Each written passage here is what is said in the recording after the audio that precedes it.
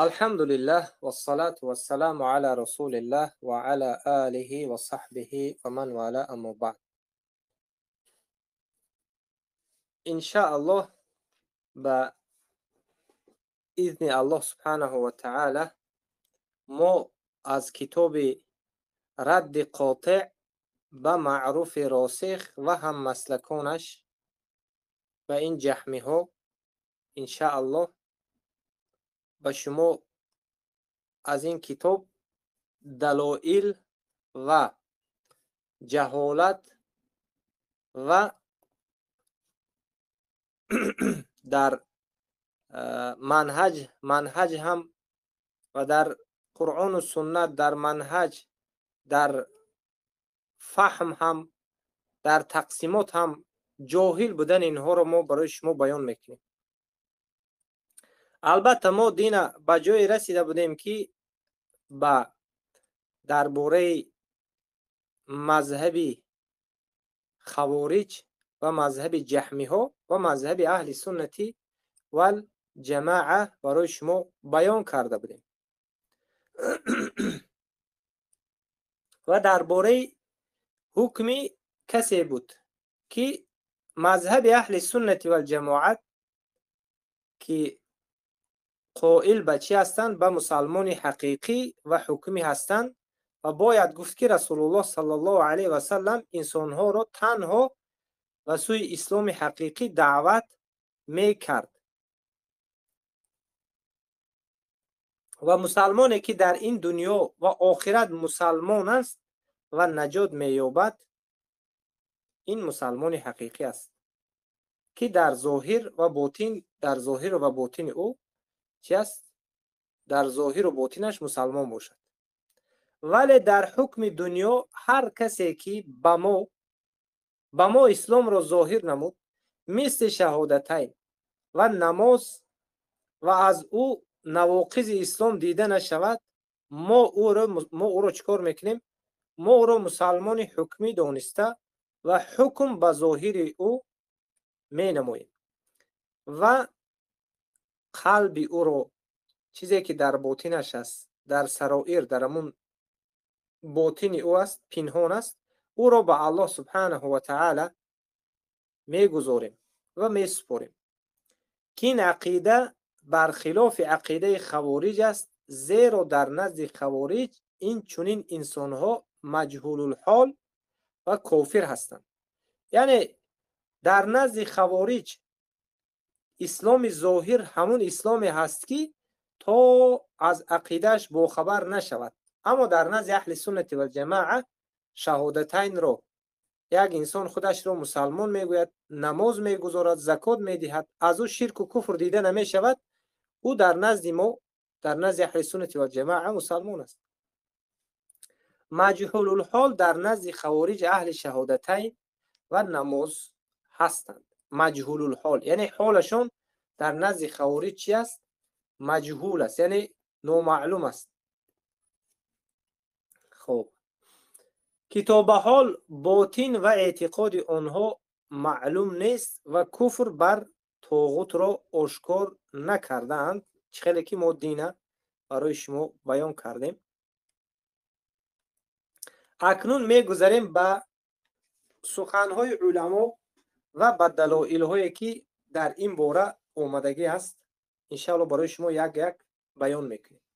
شیخ الاسلام ابن تیمیه رحمه الله میفرماند که لكن لما كان غالب المسلمين يولد بين أبوين مسلمين يصيرون مسلمين إسلاما حكميا من غير أن يوجد منهم إيمان بالفعل، ثم إذا بلغوا فمنهم من يرزق إيمان الفعلية فيؤدي الفرائض، ومنهم من يفعل ما يفعله بحكم العادة المحضية والمتابعة لأقاربه وأهل بلده ونحو ذلك. شیخ الاسلام ابن تیمیه رحمه الله میگویند که اما اکثر مسلمانان از پدر و مادر مسلمان متولد میشوند و به حکم شرعی مسلمان حکمی حساب میشوند، در حالی که ایمان فعلی در آنها وجود ندارد. سپس هنگامی که به سن بلوغ میرسند برخی از آنها توفیق ایمان عملی می آیند و فرائض را انجام می دهند و برخی دیگر، بعضی از اونها فقط به عادت، به من عادت و تقلید از خویشاوندان و هموطنان خود و امثال آن اعمال مسلمانان را انجام می دهند. شاهد از قول شیخ الاسلام ابن تیمیه رحمه الله که این در کتاب مجموع الفتاوی جلد 26 صفحه 30 آمده است. شاهد از قول شیخ الاسلام ابن تیمیه رحمه الله این است که اسلام حکمی وجود دارد و اثبات مسلمان حکمی منهجی خود را دارد. یعنی اثبات مسلمان حکمی، اسلام حکمی وجود دارد، اسلام حکمی، اما اثبات مسلمان حکمی منهجی خود را دارد، یعنی منهج خود را دارد. مثلا از والدین مسلمان به دنیا آمدن و یا نطق کردن کافر اصلی شهادتین را و یا نماز خواندن. شیخ الاسلام ابن تیمیه رحمه الله می فرمایند که فغالب الناس اسلامهم حکمی و انما يدخل في قلوبهم في اثناء الامر ان دخل فان لم توجب عليهم هذه النية لم يقصدها فتخلو قلوبهم منها فيصيرون منافقين إنما يعملون أعمال عادة ومتباعة كما هو الواقع في كثير من الناس. این در کتاب مجموع الفتاوی در جلد 26 صفحه 32 آمده است. بیشتر مردم اسلامشان حکمی است و فقط در زمان امر و دستور به قلبشان راه می‌یابد. در زمانی که مثلا یک امر و دستور می شود به اینها، در همونجا بعد در قلبشون جا می‌یابد. اگر نیت بر آنها واجب نشود آن را قصد نمی کنند و در نتیجه قلبشون از آن، یعنی که تهی می شود و منافق می شوند، یعنی که قلب خالی می شود، منافق می شوند از اون. آنها فقط به عادت و تقلید عمل می کنند، همان طوری که در بسیاری از مردم دیده می شود. یعنی ظاهر اونها، بعض انسان بله ظاهرش می بینیم که مسلمان است، عمل می کند، پدر مادرش نمازخوان است، پدر مادرش مثال شهادتین رو گشته و برگشته بر او میگوید، ظاهر اون رو وقتی که ما میبینیم مسلمان است، اما در اصل اگر گیریم قلبش خالی است، قلبش از ایمان خالی است. پس در نزد اهل سنت و الجماعت اسلام حکمی وجود دارد. یعنی همین مثال ظاهر او را ما اسلام میبینیم، شاید وای از نظر تقلید مسلمان شده باشد، شاید از نظر حکمی، اما باطنش مقصد کفر و شرک شدنش ممکن است، لیکن ما از با باطن حکم نمیکنیم. یعنی ظاهرش نظر کرده با همون حکم میکنیم.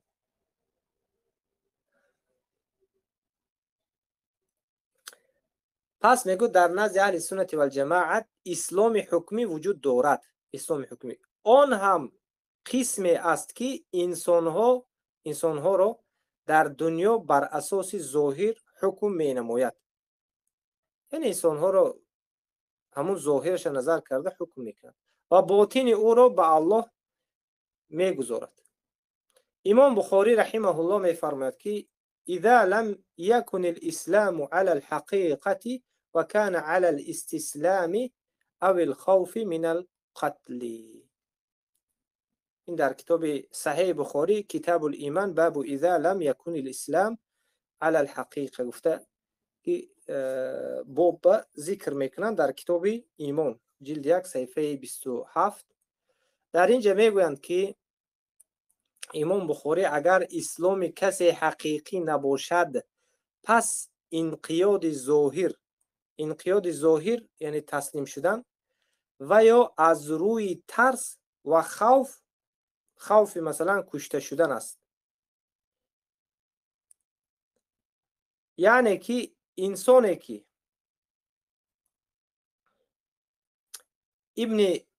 ابن رجب حنبلی میفرمایند که معنای این کلام رو میگن که معنى هذا الكلام أن الإسلام يطلق باعتبارين أحدهما باعتبار الإسلام الحقيقي وهو دين الإسلام الذي قال الله فيه إن الدين عند الله الإسلام وقال ومن يبتغي غير الإسلام دينا فلا يقبل منه.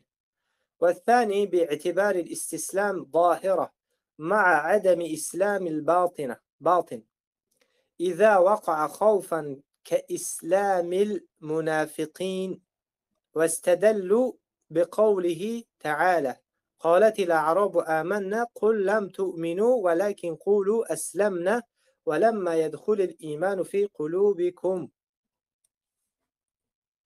این در کتاب فتح الباری لابن رجب اومده است جلد 1 صفحه 125. در اینجا میگویند که ابن رجب حنبلی معنای این کلام چنین است که اسلام به دو اعتبار اطلاق کرده می شود. یکی از آنها به اعتبار اسلام حقیقی و او همان دین اسلام است که الله سبحانه و تعالی می فرماید که دین در نزد الله سبحانه و تعالی همان دین اسلام است. و کلام الله سبحانه و تعالی که فرمود که هر کسی که دین اسلام رو و ما یبتغی غیر از دین اسلام دیگر دین رو یعنی بخواهد او هیچگاه از او قبول کرده نمی شود، پذیرفته نخواهد شد. دوم به اعتبار استسلام در ظاهر با نبودن اسلام در باطن، یعنی ظاهرا قبول کرد به تمام یعنی امرهای الله سبحانه و تعالی عمل میکنه لیکن در قلبش نیست. هنگامی که از روی ترس به وقوع میپیوندد مانند اسلام منافقین و استدلال گرفتن از قول الله سبحانه و تعالی که قالت الاعراب آمنا قل لم تؤمنوا ولكن قولوا اسلمنا. کسانی که اعرابی ها یعنی بودینشین اعرابی ها گفتند که ایمان آورده ایم، یعنی با رسول الله صلی الله علیه و سلم الله سبحانه و تعالی گفت که قل بگو با اونها که شما ایمان نه آورده اید بلکه ولکن قولوا اسلمنا، بلکه بگویید که ما اسلام آورده ایم. در اینجا ما دین هم در مسئله چهارم که از احمد ابن حنبل آوردیم برای شما که احمد ابن حنبل این آیت را فرق بین اسلام و ایمان گذاشتند، نه اینکه فرق بین ایمان و کفر، یعنی فرق گذاری قالت الاعراب آمنا قل لم تؤمنوا ولكن قل اسلمنا، این آیت رو آوردن گفتند که یک انسان از ایمانش به اسلام یعنی چی می شود؟ به اسلام می براید. یعنی یک انسان یک گناه میکند، گناه کبیره میکند، مؤمن و موحد، مؤمن از مؤمنی به مسلم یعنی به اسلام، از ایمان به اسلام می دراید، یعنی می براید. همین آیت رو آوردن احمد ابن حنبل. اما این جهمی ها در این آیت رو به چی دلیل کردن؟ گفتند که این آیت برای کافر بودن اینها دلالت میکند. برای چی؟ برای کافر بودن اینها دلالت میکند. یعنی کسانی که کافر هستند، این آیت برای هم کافرها هست. الله المستعان. یعنی همون چخیلی که اینها یک نامگذاری کردن که مسلمانی لغوی گفتن.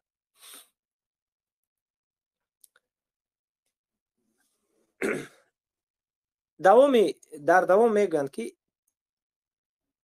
در اینجا شاهد فرق گذاشتن ابن رجب بین اسلام حقیقی و اسلام ظاهری است و این عقیده همه سلف صالح رحمهم الله در این تقسیم بندی، یعنی در این تقسیم بندی دوگانه است: اسلام حقیقی و اسلام حکمی.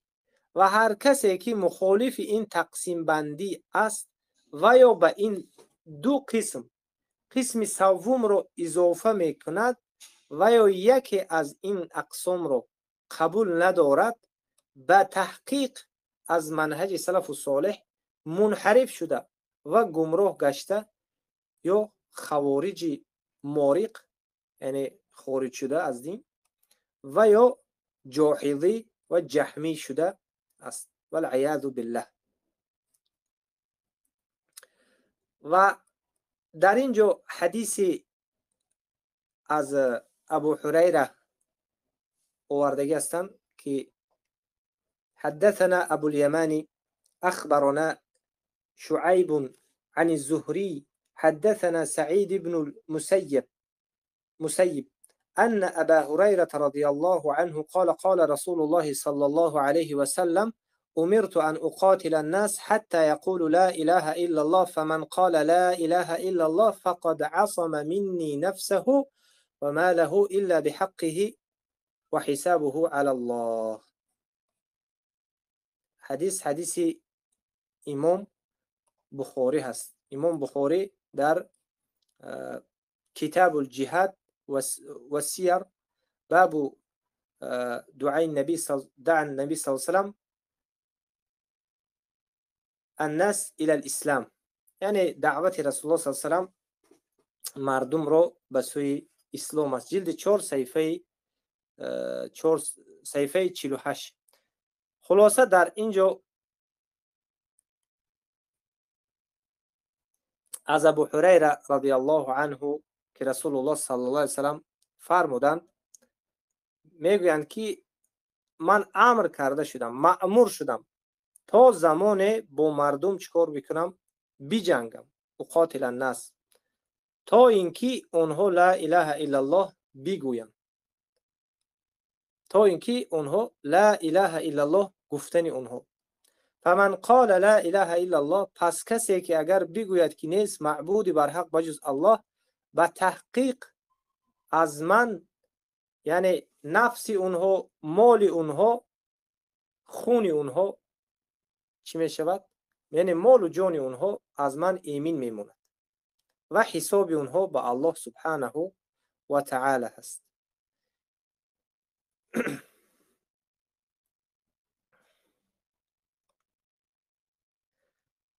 ابن حجر می فرماند که وقال الخطابي في الحديث إن من أظهر الإسلام أجريت عليه أحكامه ظاهرة ولو أسر الكفر في نفس الأمر ومحل الخلاف إنما هو في من إنما هو في من طلع على معتقده الفاسد فأظهر الرجوع، هل يقبل منه أو لا؟ وأما من جهل أمره فلا خلاف في إجراء الأحكام الظاهرة عليه. ابن حجر به نقل از خطابی میگوید که هر کسی که اسلام رو اعلام کند، یعنی ظاهر کند، اسلامش رو ظاهر کند، احکام ظاهری اسلام بر او جاری می شود، هرچند در عین زمان کفر را پنهان کرده باشد. یعنی اگر انسان در ظاهر شهادتین رو میگوید، نماز میخواند، ظاهرش میبینیم که اسلام است، اما از او شرک دیده نمیشود، شاید در قلبش یک شرک و کفری رو پنهان کرده باشد. و مثل این موزینه بسیاری از منافقین که آمده مقصد خود موحد میگویند، لیکن در قلبشون نفاق است، کفر است و شرک است، ما دیده نمیتوانیم، به اسلامش حکم میکنیم، یعنی به ظاهرش حکم کرده مسلمانش میگوییم. و نقطه اختلاف در مورد کسی است که از عقیده فاسد او اطلاع پیدا کرده می شود و او رجوع خود را ظاهر می کند. آیا در اول رجوع او یعنی قبول کرده می شود، یعنی پذیرفته می شود، و اما کسی که حال او مجهول است در اجرای احکام ظاهری بر او اختلاف نیست. بارک الله فیک.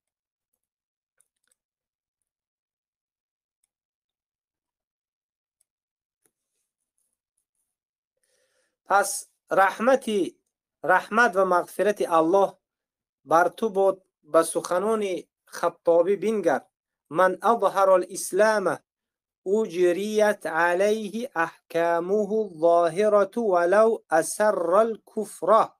یعنی هر کسی که اسلام رو ظاهر کند، حکم ظاهری اسلام بر او جاری می شود، هرچند در عین زمان کفر را پنهان کرده باشد. الله اکبر. علما رو بینید که چقدر دقیق بیان کردند، چقدر دقیق. در کتاب فتح الباری لابن حجر در جلد 12 صفحه 280: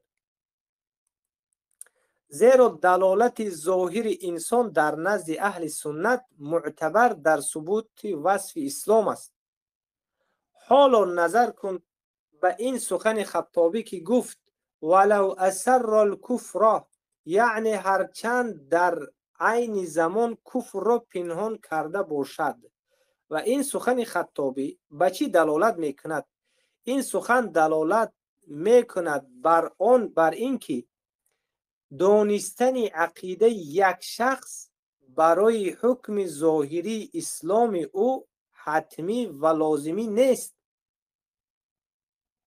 فهمیده ایستودید؟ یعنی دانستن عقیده یک شخص برای حکم ظاهری اسلام او حتمی و لازمی نیست، و هرگاه شخص اسلام را ظاهر کرد ما قبول می نماییم، و اگر از او آنچه ظاهر شود که اسلام، یعنی اسلام ظاهری او را می شکند، یعنی یک نواقض از او واقع می شود، پس چی؟ کفر اکبر و شرک اکبر که مثلا شکننده اسلامش است از او واقع می شود، پس او تکفیر می شود. اما اگر این چیز از او دیده نشد، چگونه مثلا او رو تکفیر میکنید؟ به مثل خوارجای غلوتی که و خوارجای مورقینی که از دین خارج شده هستند، حکم ظاهر را قبول ندارند. خطابی میفرماید و اما من جهل امره فلا خلاف في اجراء الاحکام الظاهره علیه. یعنی و اما کسی که حال او مجهول است، در اجرای احکام ظاهری بر او اختلاف نیست. در اینجا حکم نمودن به اسلام مجهول معتقد که او مجهول الحال در نزد غلات است. یعنی در نزد خوارجین یک انسانی که اسلام ظاهر کرد، شهادتین را گفت، نماز را برپا داشت، این در نزد خوارجین چی است؟ مجهول حال است. خوارج میگه میگه این حال هم مجهول حال است، باید از عقیده این باخبر باشیم. ابن حجر فرماید که فی الحدیث دلیل على قبول الاعمال الظاهره والحكم بما يقتضيه الظاهر. یعنی در حدیث دلیل قبول عملهای ظاهر و حکم نمودن به مقتضای ظاهر آمده است. چقدر که در حدیث بیان شد که امیدوارم است حتی یقول لا اله الا الله، حتی اگر لا اله الا الله بگوید که نیست معبود بر حق بجز الله. و بغوی هم میگویند که وفي الحديث دليل على أن أمور الناس في معاملة بعضهم بعضا إنما تجري على الظاهر من أحوالهم دون باطنها، وأن من أظهر شعار الدين أجري عليه حكمه ولم يكشف عن باطن أمره. الله أكبر. میگویند که و در این حدیث دلیل است که امور مردم، یعنی امور مردم در معامله یعنی امرها در معامله و در بعضی از دیگر عملهایی که هست میگه اینها جاری میشه، اینما تجری علی الظاهر، اینها چیکار میکنند؟ اینها در ظاهر جاری میشوند، یعنی ظاهرا به ظاهر نظر کرده عمل کرده میشود، حالان که از قلب اونها من احوالهم دون باطنها، یعنی از باطن اونها ما کار نمیگیریم، ظاهر نظر کرده به همون ظاهرشون عمل کردن میگیریم.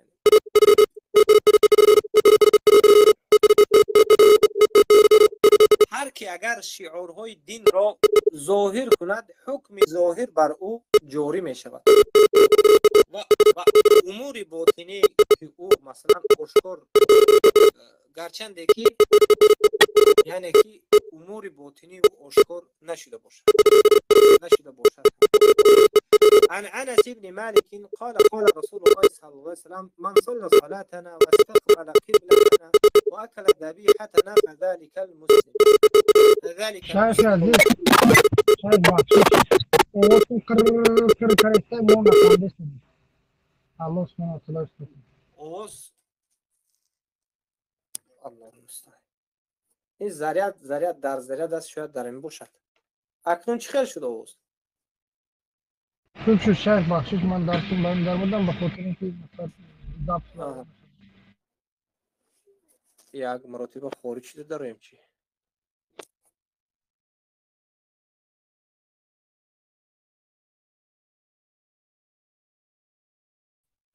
اکنون چی خیلی شده اوز؟ اوز خوب است؟ خوب است شاید خوب است. بهتر یک آهنگ دیگه بزرسازی بایم قرارت کرده.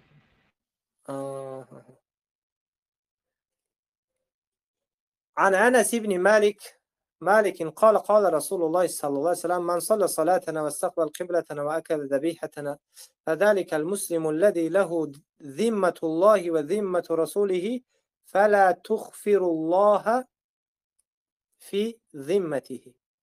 که حدیث حدیث امام بخاری هست، در کتاب نماز آوردگی هستند. از انس ابن مالک رضی الله عنه روایت است که رسول الله صلی الله علیه و سلم فرمود کسی که چون ما نماز بگذارد، یعنی رنگ ما نماز بگذارد، نماز ما رو بگذارد، من صلی صلاتنا،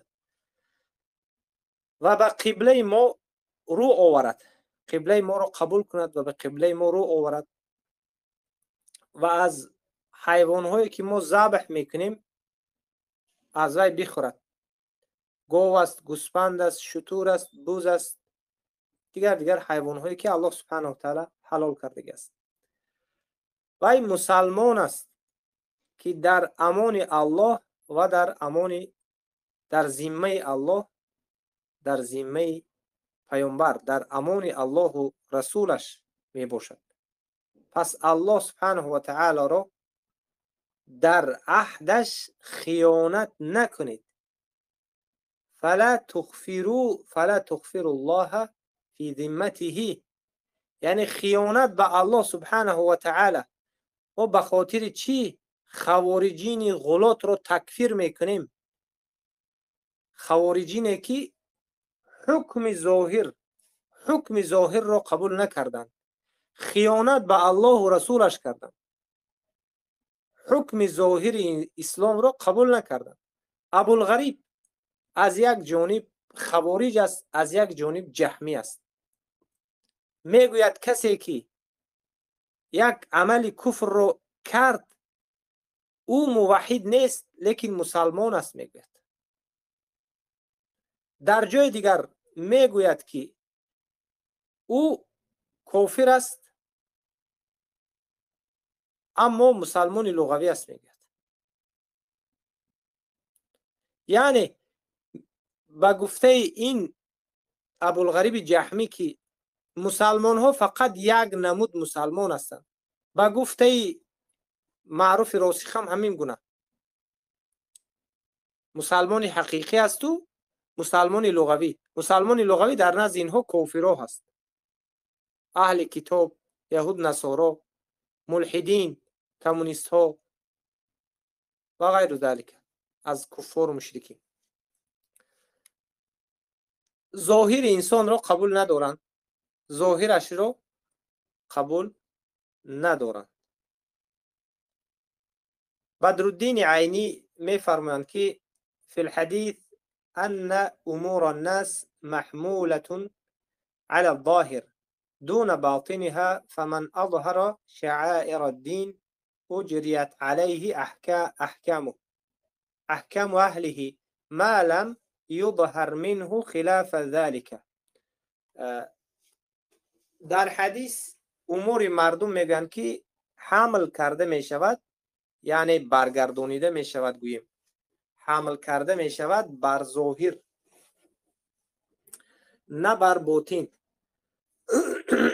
پس هر کسی شعارهای دین رو ظاهر کند احکامش بر چی؟ بر او جاری می شود مگر این که خلاف آن ظاهر شود. یعنی هر کسی که اسلامش را ظاهر کرد به او حکم مسلمان داده می شود تا زمانی که از او خلاف دیده نشود به مانند شرک و کفر اکبر. بارک الله فیک.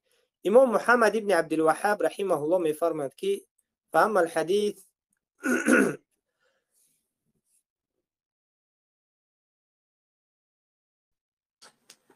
الله المستعان. محمد ابن عبدالوهاب رحمه الله می فرماید که اما میگوید حدیث اسامه، فاما الحديث أسامة فإنه قتل رجالا ادعى الإسلام بسبب أنه ظن أنهما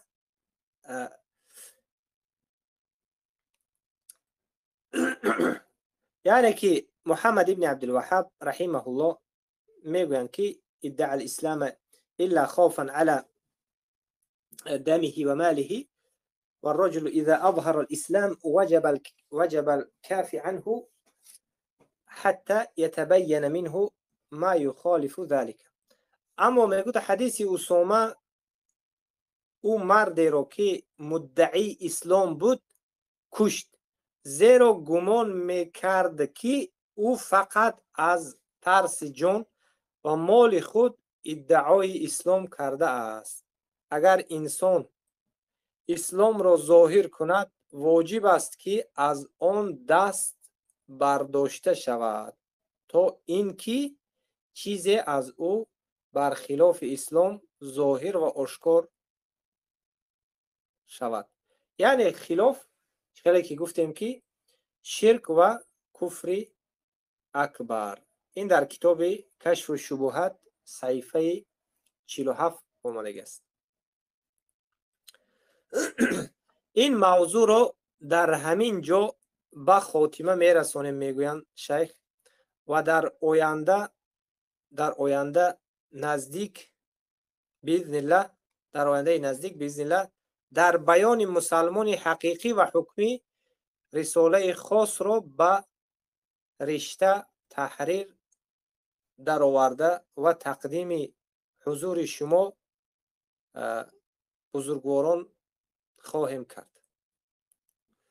والله اعلم.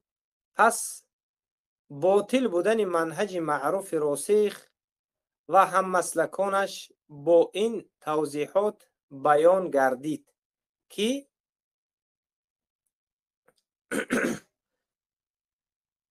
خلاصه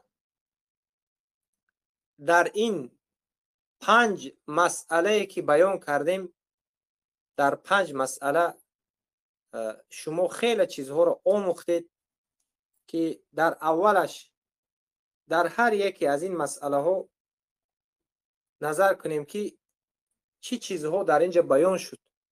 در اولین مسئله سلف و صالح مردم را به 2 قسم تقسیم کردند و یکم قسم اینها کیها بودند؟ یکم قسم اینها مؤمنین، موحدین، مسلمان ها. دویمین قسم اونها کی بود؟ دویمین قسمشان کفار و مشرکین بودند. کفار و مشرکین. و اما در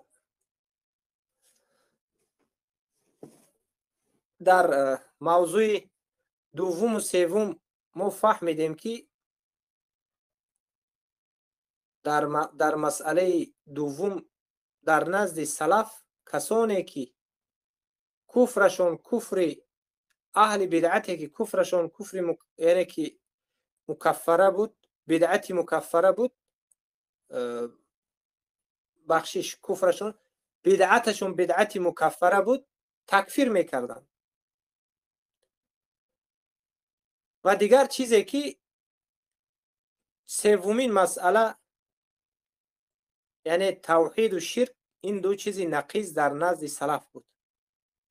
توحید و شرک 2 چیزی نقیض در نزد سلف و صالح. و در چهارمین مسئله ما آموختیم که در نزد سلف و صالح یعنی از جهمی ها دیده جاهلتر و از جهمی ها دیده از خری همسایه خونش هم گمراهتر کسی نبود. و اینها جهمی ها چیکار میکردن؟ مراتب رو انکار میکردن. در نزد اینها مراتب دین نبود. و پنجم موضوع همین بود که پنجم مسئله شما آموختید که یعنی در نزد این جهمی ها مسلمان حقیقی و مسلمان حکمی وجود ندارد. در تقسیمات هم اینها چی هستند؟ جاهل هستند. جاهل هستند. به همین خاطر ان شاء الله از این درس ها استفاده کنید و کتاب را هم ان شاء الله که با این زبان مثلا با ترجمه کریلیکیش می شود ان شاء الله با نزدیکی. دعاگو باشید ان شاء الله. و فردا ان شاء الله باذن الله موضوع ششم است. این درباره باطل بودن اعتقاد جهمی ها در مسلمان خواندن کافر، یعنی باطل بودن عقیده جهمی ها در مسلمان خواندن کافر. سبحانك اللهم وبحمدك أشهد أن لا إله إلا أنت أستغفرك وأتوب إليك.